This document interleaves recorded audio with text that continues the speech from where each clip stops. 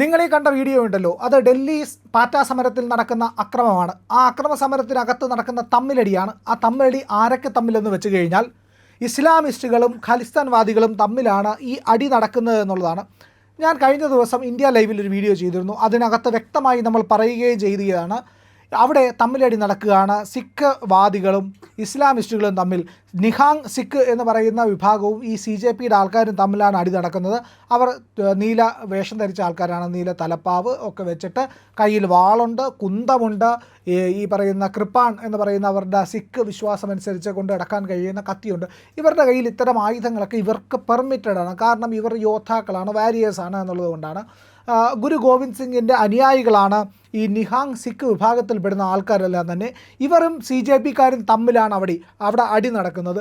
ഈ അടിക്ക് പല കാരണങ്ങളുണ്ട് എന്നുള്ളതാണ്. ഒന്നാമത്തെ കാര്യം, ഇവരുടെ അടുത്തേക്ക് പ്രകോപനപരമായ സംഭാഷണങ്ങളുമായിട്ട് ഈ CJPയിലെ ഇസ്ലാമിസ്റ്റുകൾ, ബംഗ്ലാദേശ് വാദികൾ, പാകിസ്ഥാൻ വാദികളൊക്കെ എത്തുന്നുണ്ട്.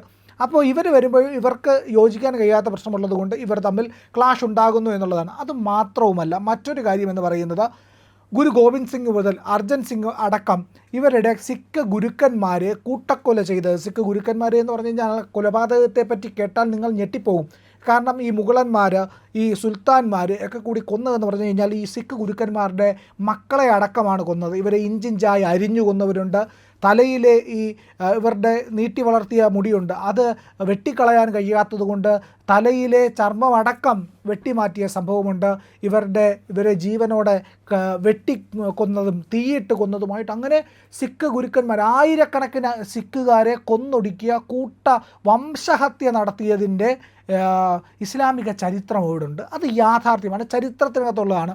സിഖുകാരെ മുഴുവൻ കൊന്നൊടുക്കാൻ വേണ്ടിയിട്ടുള്ള മൃഗീയ വംശഹത്യ നമ്മുടെ ഇവിടെ മലബാറിലൊക്കെ നടന്നതുപോലെ ഇവിടെ ഹിന്ദുക്കളാണെങ്കിൽ അവിടെ സിഖുകാർ, അങ്ങനെയൊക്കെ കൂട്ടക്കുരുതി നടത്തിയ ഒരു കാലമുണ്ടായിരുന്നു. ആ കാലഘട്ടത്തിൻ്റെ മുദ്രാവാക്യങ്ങൾ, കളിയാക്കലുകളൊക്കെ തന്നെ ഇവിടുത്തെ ഇസ്ലാമിസ്റ്റുകൾ ഇപ്പോഴും നടത്തുന്നുണ്ട്.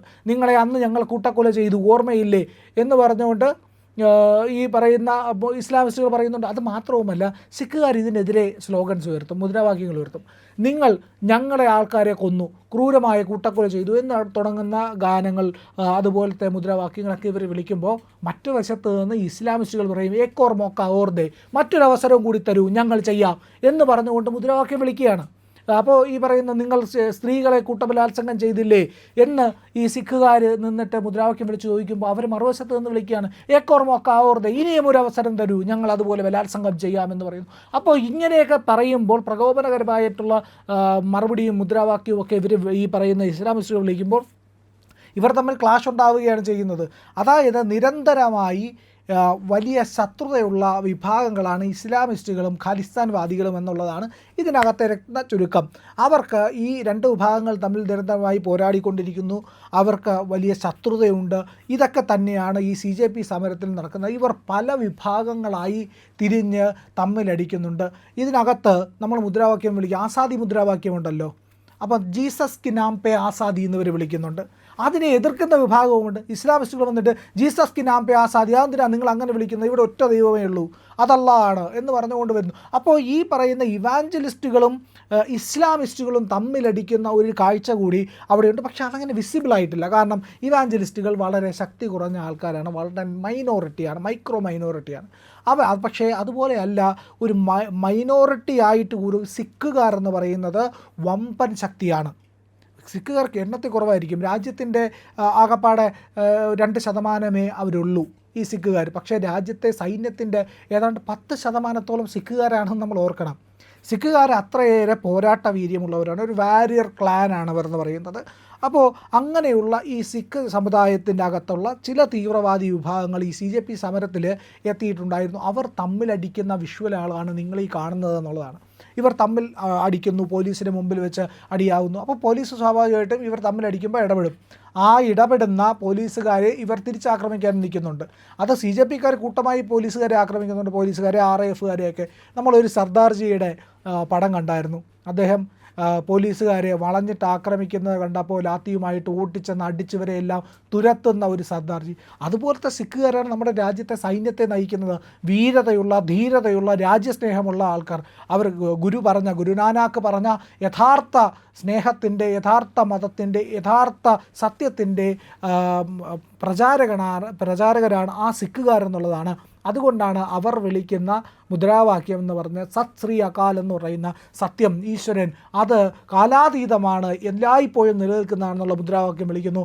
അത് ഏറ്റുവിളിക്കുന്നത് ഇവിടുത്തെ ഹിന്ദുക്കളുമാണ്. നമുക്കറിയാം, ഈ ഗോൾഡൻ ടെമ്പിളിലടക്കം ഗുരുദ്വാരകളിലേക്കെല്ലാം പ്രധാനമന്ത്രി നരേന്ദ്രമോദി പഗടിയും ധരിച്ച് പോകാറുണ്ട്, ഒരു സർദാറായിട്ട്. ആ സർദാറായി അവിടെ ചെന്ന് ഗുരു ഗ്രന്ഥ സാഹിബ് എന്നാണ് പറയുന്നത്. അവരുടെ ഈ ഗുരുക്കന്മാരുടെ എല്ലാം ശേഷം പ്രധാനപ്പെട്ട 10 ഗുരുക്കന്മാരെന്ന് പറയുന്നുണ്ട്. അതാണ് അവരുടെ ആചാര്യന്മാർ. അതുപോലെ ഏറ്റവും അവസാനത്തെ ഗുരുവായിട്ട് അവർ കണക്കാക്കുന്ന ഗുരു ഗ്രന്ഥ സാഹിബിനെയാണ്. ഒരു ഗ്രന്ഥമുണ്ട്, ആ ഗ്രന്ഥം പാവനമായിട്ടുള്ള ഗ്രന്ഥമാണ്. നമുക്ക് എപ്രകാരം ഭഗവത്ഗീത പ്രധാനമാണോ, ഇല്ലെങ്കിൽ ഭാഗവതം പ്രധാനമാണോ, അല്ലെങ്കിൽ ദൈവീ മഹാത്മ്യം പ്രധാനമാണോ, അതുപോലെയാണ് ഈ ഗുരു ഗ്രന്ഥ സാഹിബ് എന്ന് പറയുന്ന ആ ഗുരു ഗ്രന്ഥ സാഹിബിൻ്റെ ഓരോ താളുകളും മറിച്ച് അവർ ആ വിശിഷ്ടമായിട്ടുള്ള എഴുത്തുകൾ വായിച്ചിട്ടാണ് അവരുടെ ഗുരുദ്വാരയിലെ പ്രാർത്ഥനകൾ സമർപ്പിക്കുന്നത് എന്നുള്ളതാണ്. അപ്പോൾ ഗുരു ഗ്രന്ഥ സാഹിബിന് മുമ്പിൽ പോയി പ്രധാനമന്ത്രി നരേന്ദ്രമോദി നമസ്കരിക്കുന്നതൊക്കെ നമ്മൾ കണ്ടിട്ടുള്ളതാണ്. അപ്പോൾ ആ യോദ്ധാക്കളുടെ വിഭാഗത്തിൽ നിന്നുള്ളവരാണ് അവർക്ക് ഈ പറയുന്ന ആക്രമണകാരികളായ അധിനിവേശക്കാരായിട്ടുള്ള ഇസ്ലാമിസ്റ്റുകളുമായിട്ട് മുഗളന്മാരോട്, സുൽത്താൻമാരോടൊക്കെ വലിയ വിരോധമുണ്ട്, ശത്രുതയുണ്ട്. കാരണം അവർ ധർമ്മത്തിന് വേണ്ടി, അതായത് ഈ പറയുന്ന സിഖുകാർ ധർമ്മത്തിന് വേണ്ടി നിന്നപ്പോൾ മറ്റവർ അധിനിവേശത്തിൻ്റെ, ആക്രമണത്തിൻ്റെ സന്ദേശവുമായിട്ടാണ് വന്നത്. വാളുകൊണ്ട് മതം മാറ്റാമെന്നവർ 10,000-കണക്കിന് സിഖുകാരെ കൊന്നു കളഞ്ഞിട്ട് പോലും ഒരു സിഖുകാരൻ പോലും മതം മാറാൻ തയ്യാറായില്ല എന്നുള്ളതാണ് സിഖുകാരുടെ ഏറ്റവും വലിയ വിജയം. അന്നത്തെ ചരിത്രം അതാണ്. ആ സിഖുകാരെയാണ് ഇന്ന് CJP സമരത്തിൽ അപമാനിക്കാൻ ശ്രമിക്കുന്നത്. അതിനെതിരെ സിഖുകാർ, അല്ലെങ്കിൽ സിഖുകാരിലെ ഒരു പക്ഷം വിഭാഗം ആൾക്കാർ ശക്തമായിട്ട്, ഈ നിഹാങ് സിഖുകാരൊക്കെ അതിനെ എതിർക്കുന്നു. ഇവർ തമ്മിൽ ക്ലാഷ് ഉണ്ടാകുന്നു എന്നുള്ളതാണ്. ഇന്നലെ ഞാൻ പറഞ്ഞ വീഡിയോയിൽ പറഞ്ഞിട്ടുണ്ട് വ്യക്തമായിട്ട്. CJPക്കാർക്കിടയിൽ, പാറ്റകൾക്കിടയിൽ തമ്മിലടിയാണെന്ന്. അത് പൂർണ്ണമായും ശരിവെക്കുന്നതാണ് അവിടെ കാണുന്ന കാഴ്ചകൾ. ഇതിൽ യഥാർത്ഥ സിഖുകാരാണോ എന്നുള്ളത് സംശയിക്കേണ്ടിയിരിക്കുന്നു. യഥാർത്ഥ ഈ പറയുന്ന സാധാരണ മുസ്ലിങ്ങളൊന്നുമല്ല, ഇത് ജിഹാദികൾ, ഇസ്ലാമിസ്റ്റുകളാണ്. ഒരു ഭാഗത്ത് ഈ ഖലിസ്ഥാൻവാദികളാണ് എന്നുള്ള കാര്യത്തിൽ സംശയമില്ല. ഇവരാണ് ഈ പ്രൊട്ടസ്റ്റ് നയിക്കുന്ന ആൾക്കാർ. ഇവർ തമ്മിലാണ് അടിക്കുന്നത്. ഇത് തമ്മിലടിച്ച് തീരുന്ന ഒരു കൂറക്കൂട്ടമായി മാറിക്കൊണ്ടിരിക്കുകയാണ് എന്നുള്ളതാണ് ഇതിലേറ്റവും പ്രധാനപ്പെട്ട കാര്യം.